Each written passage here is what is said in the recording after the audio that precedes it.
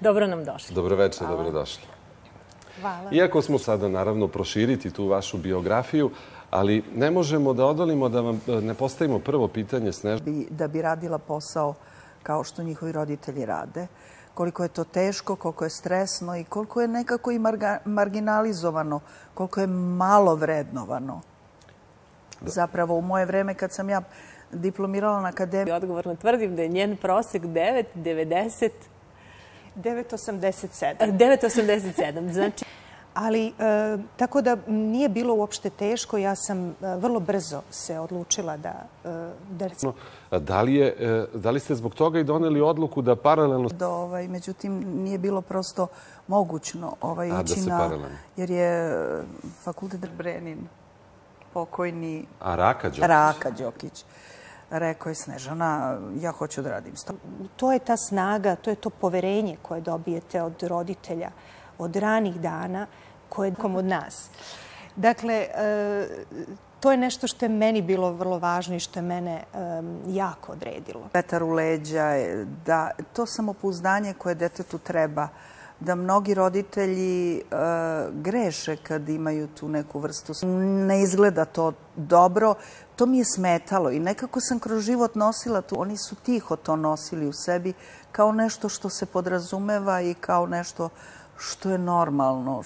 Nisu to znali nekako da mi roditelji kažu da je nešto dobro, dovoljno dobro da bi oni to apostrofirali. Nego tiho, onako, pa dobro, kao ništa. Kuvati nešto zdravo za njenu porodicu i unuku. Kažu ljudi koji dožive da imaju i decu i unuke, da je to normalno. Šta je s tobom, Nina? Gordane Boškov, da. Šta je s tobom, Nina? Vezana i za odrastanje i moje roditelje kao korenje mog stabla.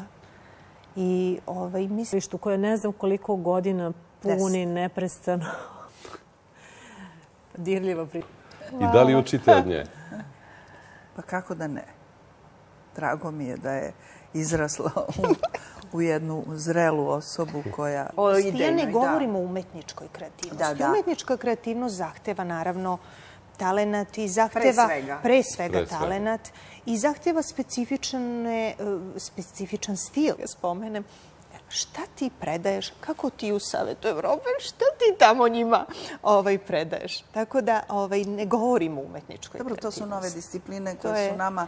To je nešto drugo. Ljudima u Jovankin glas. Kaže, pa to nije Jovankin, to je Snežanin glas. Ja sam pokušavala da skinem... Da li današnja generacija možda nema takve ideale i možda... Ja se odmaram kad radim, najviše. Anita? Lenji smo za razgovor i misao drema u hladu borova. I pišući poeziju. Vrlo često, da. Vrlo često provodim vreme i odmor pišući poeziju ili... U našem porodičnom krugu. Hvala. Hvala i sa moje strane.